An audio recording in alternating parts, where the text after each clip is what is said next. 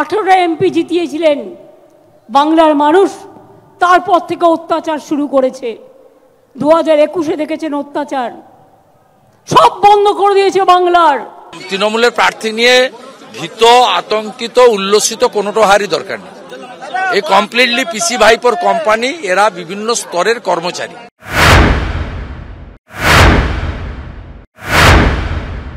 এই জন্য আমরা বলি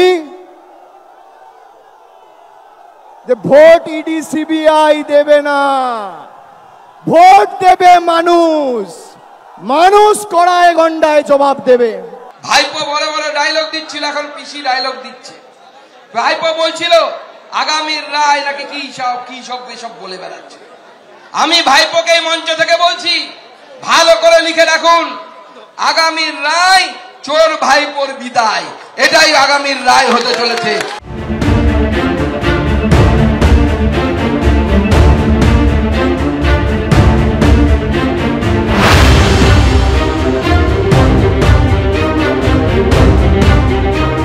রবিবাসরীয় দুপুরে ব্রিগেড প্যারেড গ্রাউন্ডে লেখা হলো বঙ্গ রাজনীতির এক অভিনব ছবি।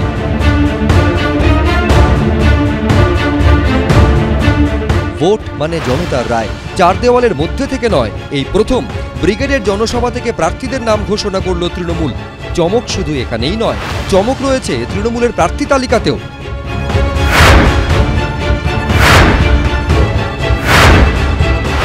তৃণমূলের সমর্থক অনেকদিন ধরে ছিলাম, এরকম নয় যে আমি অন্য কোনো পার্টির সমর্থক ছিলাম বা হঠাৎ করে তৃণমূল আমার জীবনে এলো।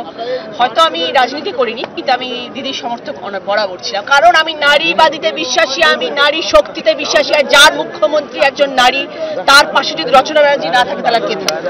লড়াইটা মোদি ভার্সেস মমতা। এই লড়াইয়ে যতই লকেট ভার্সেস রচনা করুক না কেন, কিচ্ছু করতে পারবে না। পূর্ব মেদিনীপুরের তমলুকেও এবার হতে পারে প্রেস্টিজ ফাইট। এই কেন্দ্রে তৃণমূল দলের আইটি সেলের প্রধান দেবাংশু ভট্টাচার্যকে প্রার্থী করে চমক দিয়েছে।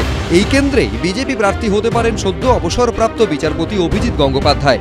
দুদিন আগে রাজনীতিতে যোগ দেওয়া একজন 61 বছরের ব্যক্তি মানুষের পাশে দ্রুত ছুটে গিয়ে পাশে দাঁড়াতে পারবেন, নাকি 5 বছর ধরে রাজনীতির ময়দানে কিছু কিছু করে শিক্ষালাভ করা একটা 28 বছরের তরতাজা যুবক দ্রুত দৌড়ে গিয়ে মানুষের পাশে দাঁড়াতে পারবেন?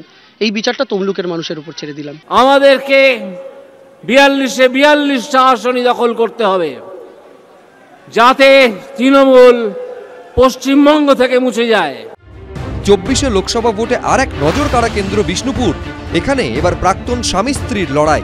বিজেপি প্রার্থী সৌমিত্র খা, তার সঙ্গে লড়াই তাঁর প্রাক্তন স্ত্রী সুজাতা মণ্ডলের। আমি একটা না বুঝতে পেরে একটা অপদার্থ জনপ্রতিনিধিকে নির্বাচিত করার জন্য অনুরোধ করেছিলাম, আর আমার সেই ভুল ক্ষমা করে দিন।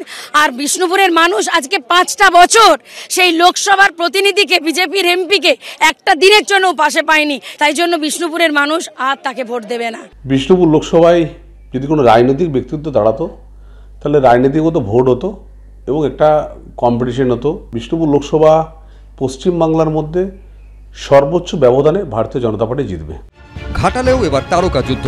এখানে এবার তৃণমূল প্রার্থী দেবের সঙ্গে লড়াই বিজেপির তারকা প্রার্থী হিরণময় চট্টোপাধ্যায়ের। কৃষ্ণেন্দু অধিকারী, সঞ্চয়ন মিত্র, তুহিন অধিকারী, এবিপি আনন্দ।